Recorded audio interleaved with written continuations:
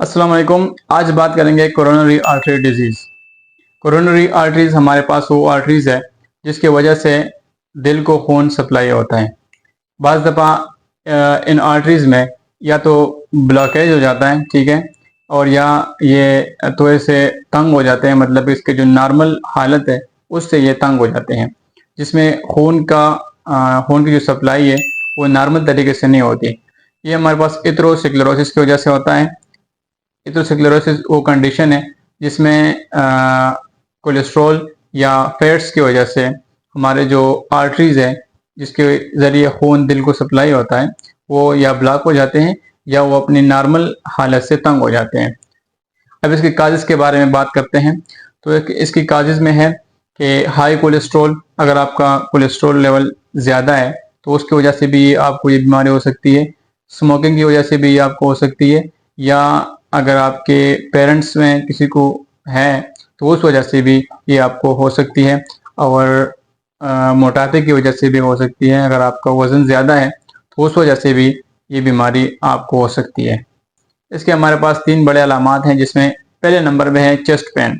आपके चेस्ट के ऊपर आपको पेन होगा, जो खून के जो मिकदार है नॉर्मल, उस हालत में दिल को खून नहीं मिलता, ठीक है, तो उस वजह से वो पेन आपको होता है, ठीक है। दूसरा जो है शॉर्टनेस ऑफ ब्रीथ, आपको सांस में मसला होगा, सांस लेने में मसला होगा, ठीक है, क्योंकि दिल को खून पूरा नहीं मिल रहा ऑक्सीजनेटेड, ठीक है, तो उस वजह से आपको बॉडी में भी पूरा खून सही तरीके से नहीं मिलता, तो इस वजह से आपको सांस का मसला हो सकता है। और तीसरा, अगर ये आर्टरी जो है मुकम्मल ब्लॉक हो जाती है तो इसके वजह से आपको हार्ट अटैक भी हो सकता है। अब अगर हम प्रिवेंशन की बात करें तो कुछ चीज़ें हैं जो हमने अपने लाइफ में उसके ऊपर अमल करना है और वो चीज़ें हमने करनी है, ठीक है, तो उस वजह से हम फिर इन बीमारियों से बच सकते हैं। जिसमें पहले नंबर पे है कि आप एक्सरसाइज करें, ठीक है।